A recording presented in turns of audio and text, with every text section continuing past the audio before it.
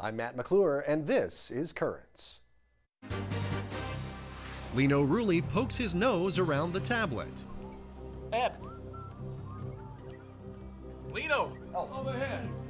We walk in the footsteps of a New Yorker on the path to sainthood. He uses money to invest into the building of the Church of St. Peter, which is still in existence. And a look at a pioneering program to help young fathers. It's a wonderful thing because it really helps you out in ways that you really don't know until you come and find out what's going on.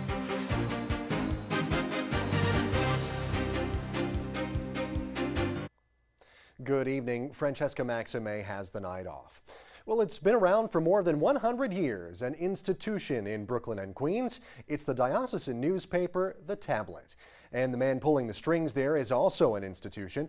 Ed Wilkinson is the Tablet's editor. And if Ed didn't already have enough to do on a day-to-day basis, we decided to send our very own Lino Rulli over to the Tablet's offices to put him through the paces. Oh my.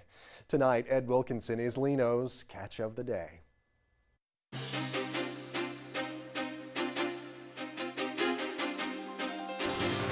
Hey, I'm Lino Rulli, and usually I get to hang out with TV people all day, but not now. Today I get to hang out with newspaper people. That's right, this will be fun. Ed Wilkinson, the editor of The Tablet. Now, all they told me is Ed doesn't have an enormous staff here for the newspaper, so I guess my first assignment is actually finding Ed. Let's go. All right, I guess my first assignment isn't finding Ed. My first assignment is trying to get into the building. Hey, Ed? Hey, Ed, want to let me up?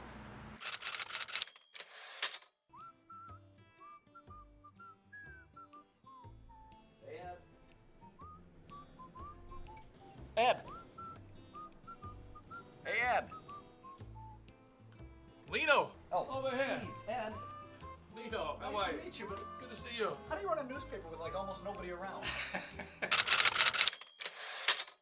This is where it all happens, This right? is it. This is the hub of the operation. This is where the genius occurs. Like every genius, the place is a complete mess. It's a wreck. It seems like dominoes. At any time, a book will come out and everything will fall You apart. see these books? These are all freebies. People want their book reviewed. They send us a copy. What I do with these books is I usually donate them to parish libraries around the diocese. So you don't read them? Some I do. Some I do read. We just found out Ed doesn't read the books. If you've sent a book to Ed, Ed didn't read it. He gave it away to a parish. I give them away. I say, would you like to read it?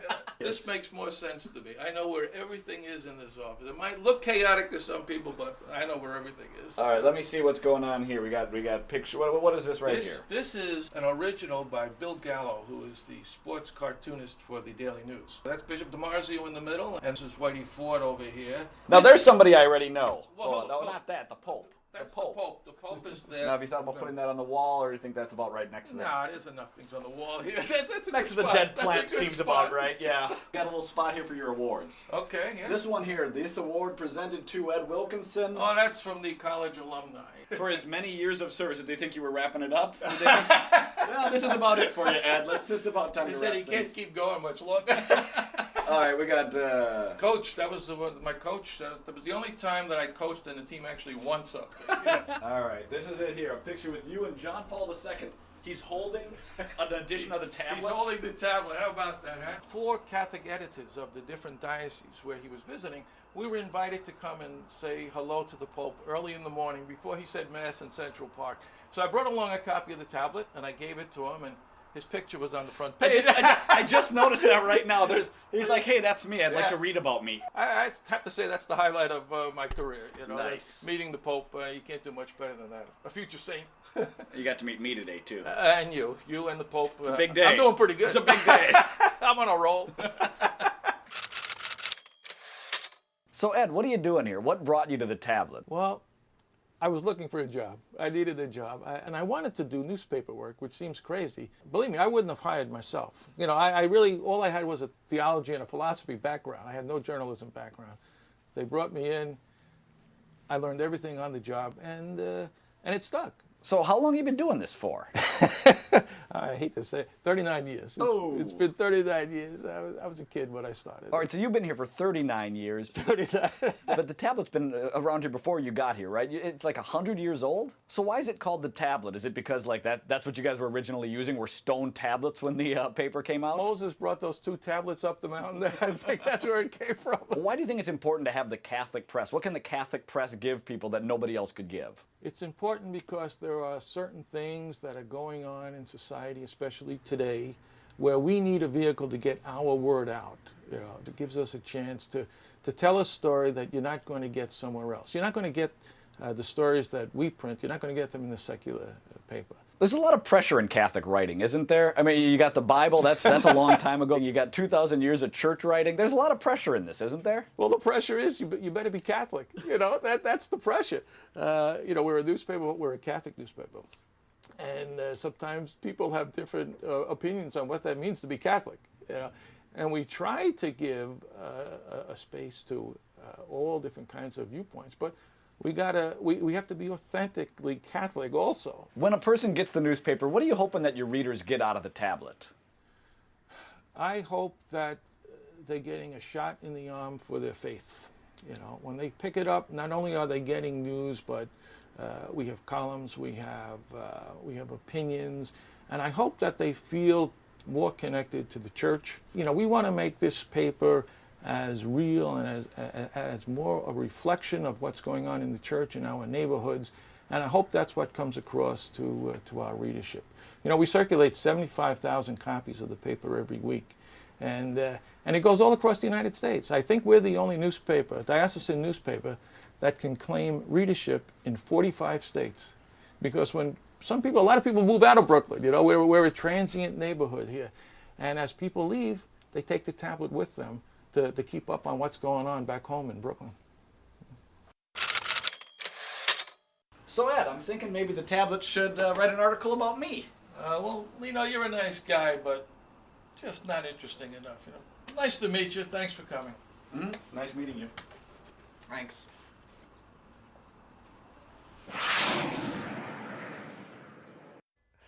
Oh, poor Lino. Lino Rulli, of course, covering the news as only he can. And if you want to check out the tablet, you can head on over to their website. It is thetablet.org. And you can also pick up a paper at any Catholic parish in the Brooklyn Diocese. Well, stay tuned. There's more current straight ahead. Later, for the journey to fatherhood, there's help in the neighborhood. But just ahead, a suspect with a gun doesn't bother a fearless nun. And a bird's eye view of the Pope's daily routine. He works, writes papers.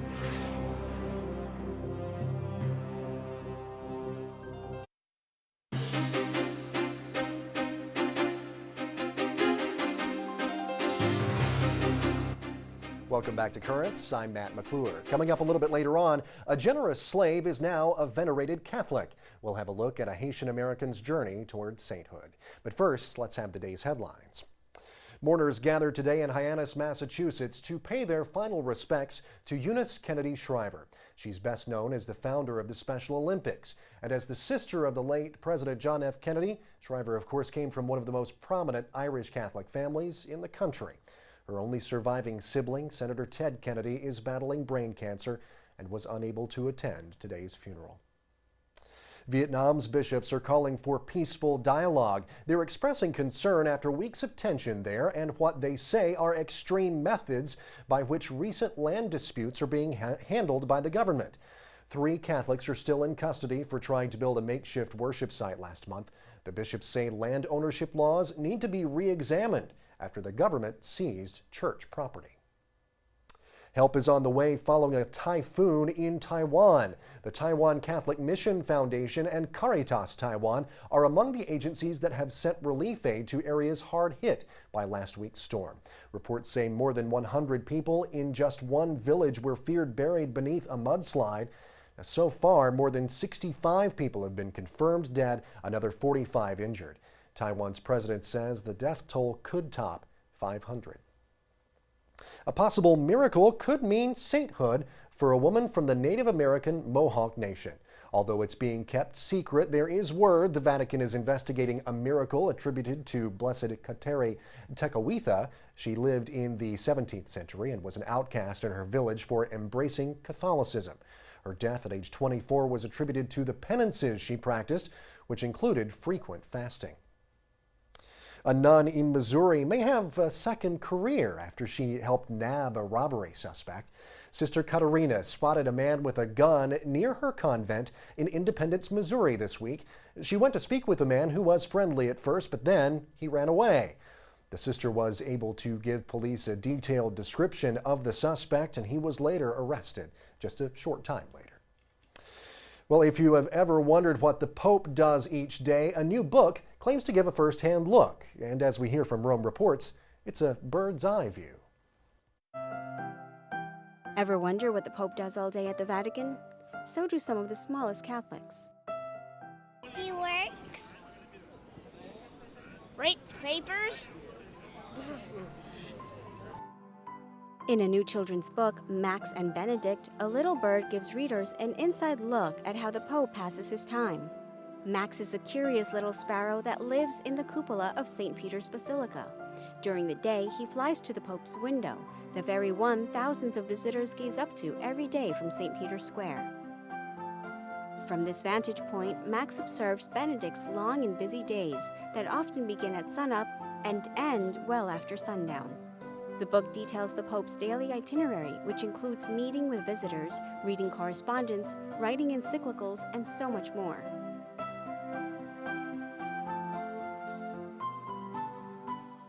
It's a clever vehicle for informing and satisfying curious minds, and not just the minds of children. The book is the work of journalist and author Jean Perrigo.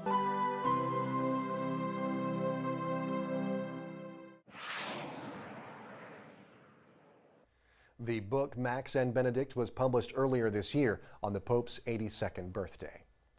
Well, stay tuned. We have more currents straight ahead. Coming up, from slavery to venerated, a Haitian American's journey to sainthood. You went to church every morning, received Holy Communion.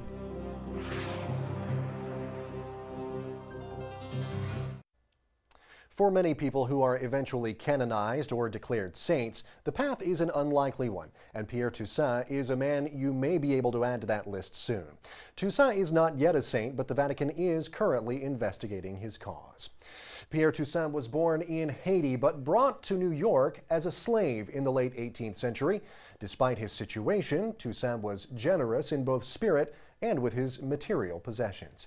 To talk more about this Haitian-American man who is venerated in the Catholic Church, I recently spoke with the first Haitian-American bishop in the United States, Brooklyn Auxiliary Bishop Guy Saint-Cyric.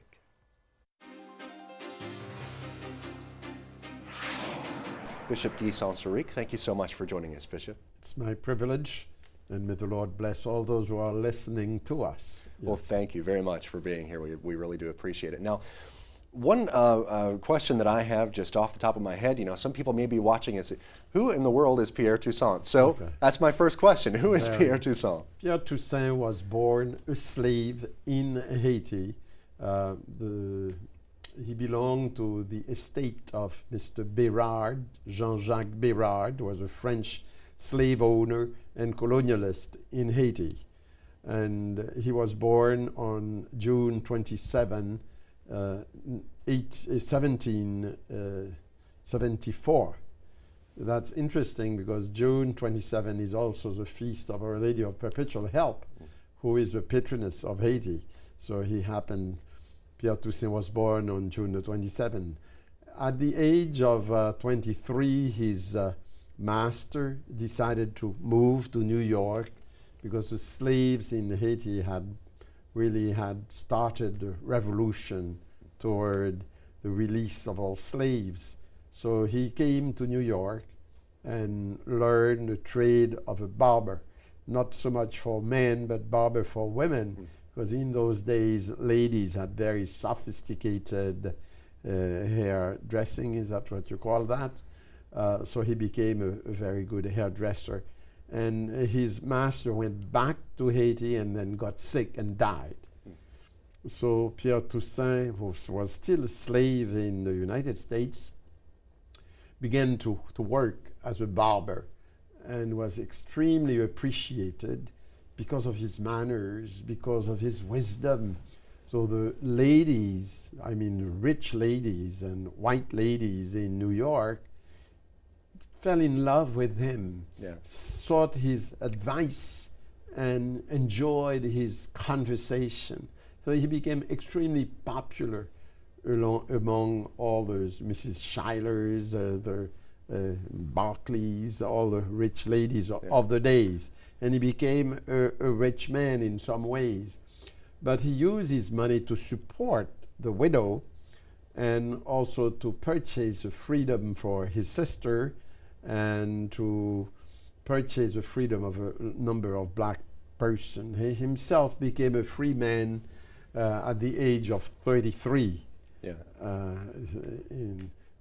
And then he continued to really make a lot of good things with his fortune, with his money, yes. So he really, I mean, he kind of lived two different lives almost. I mean, one as a slave in bondage, one as a free man, and really kind of found a fortune as a free man. Did that change him at all? No, at all, because he used his money to, for instance, to participate in the building of the Fundling Hospital, which was a hospital for orphans, mostly white orphans.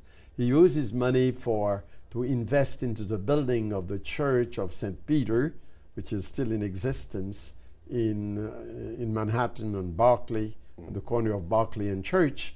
He also supported Mother Lange, who is another Haitian lady, a black lady who came to the United States in Baltimore and who realized that black children had no school. And she fought to open a school for black children, and she founded a religious community of sisters for black women. Pierre Toussaint supported them. Right.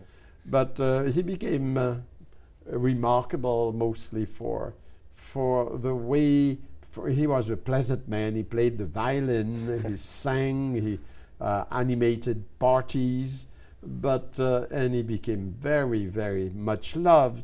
But at the same time, he went to church every morning, received Holy Communion, and kind of radiated Christianity and his strong Catholic faith. Right, did a lot of great things. Well, now he is on the path to sainthood, correctly? I mean, he is venerable now, correct? He is. That means that all of his documents relating to him have been studied and classified and sent to Rome to the Congregation for the Cause of Saints.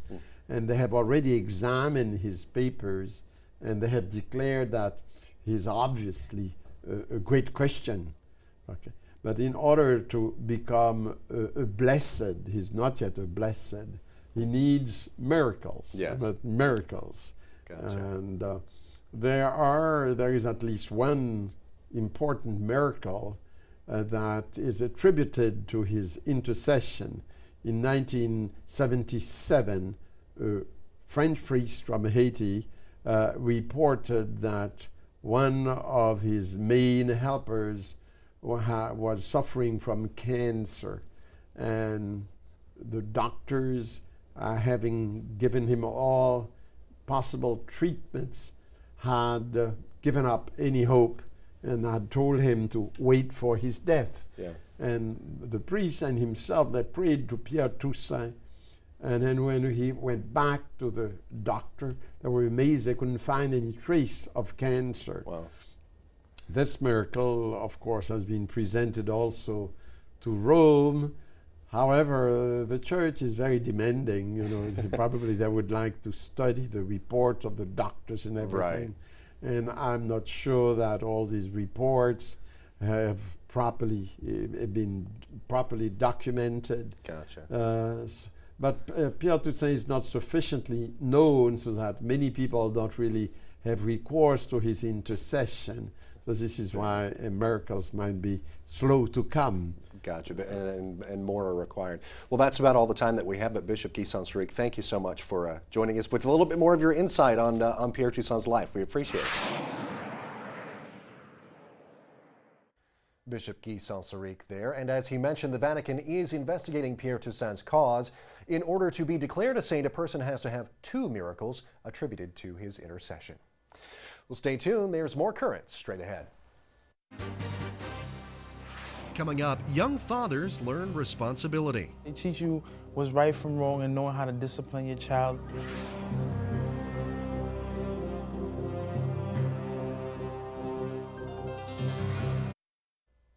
Welcome back. For many young men, fatherhood comes earlier than expected. Well, Catholic Charities sponsors a program called Man Up to help men, some as young as the age of 16, prepare for and work on being good fathers. I recently caught up with the program's directors and some of the fathers the program is trying to help. Being a father is not an easy job. There's the feeding, the burping, the diapers, the baby waking you up at 3 in the morning. But when you're young, likely not married, probably out of work, and not part of the child's everyday life, the job gets even harder. The point of the program is to try to connect them to the child, reconnect them to the child, and be a better parent. And for fathers who are willing to be better parents, there's Man Up. It's a program that meets in Brooklyn and helps young fathers, ages 16 to 24, be better parents through group meetings, workshops, and gifts of diapers, baby food, and supplies. And at first I didn't really want to be involved with it, but as soon as I got to know it and as soon as the people took me in, it was a good thing because they really opened my eyes, made me understand how to take care of my son better. Rudy Jean-Jacques has a 4-month-old son. He's been involved with Man Up since before his son was born. They teach you how to take care of your child. They teach you what's right from wrong and knowing how to discipline your child and, you know, not teaching your child bad behaviors, but also teaching your child good functional behaviors so they can grow up to be, you know, a modern citizen. Fathers may come from the streets of Brooklyn, they may come from anywhere in the city, but one thing is for certain, they come here to the Dr. White Community Center on Gold Street in Brooklyn to the Man Up program with one goal in mind, and that is to be a better parent for their child. But as the program's director says, they've got to be able to stick around. I mean, the child is not even a priority most of the time. Priority is hanging out with their friends, not going to school, hanging out. That's one of the things it's one of our biggest challenges in following up and continuing those free services. You know, everything's free. You know, something that could support you, but they want a job, they want it right now. They're not getting to do it or they're not doing it. So a lot of them would come in and they want parenting skills.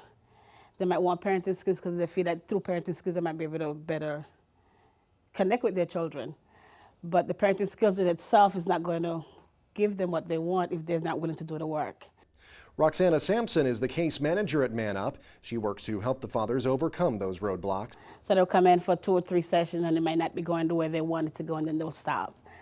And then we would have to try to re-engage them through making phone calls or sending them letters or just trying to get them back in here and trying to explain to them and teach them and let them realize that it's not about just us or the program, it's about what they're willing to do.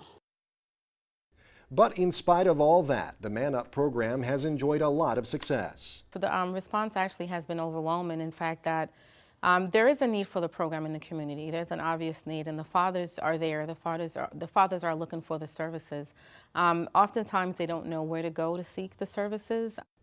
And as for Rudy, he's sticking around, and he's thankful for the help Man Up has given him so far. It's a wonderful thing because it really helps you out in ways that you really don't know until you come and find out what's going on and obtain this knowledge they've given us. Well, of course, a very encouraging visit that I had there to the Man Up session. You know, it is very encouraging to see some young fathers who, you know, maybe this is came about unexpectedly in their lives, but they're really willing to step it up and man up, as they say, and take responsibility for what's going on. Well, that's it for this edition of Currents. Now, as you may have noticed, today we focused mainly on men in the church, in the Catholic Church, but on Monday, it's all about the women. And Francesca will be back too, so she can have a part in all that. We look at a group of women at the heart and soul of a neighborhood food pantry. That and more coming up on Monday's edition of Currents. I'll be here too, but I won't be wearing a dress. We'll just say that. And remember, you can always watch us online. Go to netny.net/currents, and there you can see clips of the show. Check out our blog. It's called Riding the Wave. You can also follow us on Twitter. The address there is twitter.com/currentsny. So just tweet right along with us. For all of us here at Currents, I'm Matt McClure. Thank you so much for watching. Have a great weekend.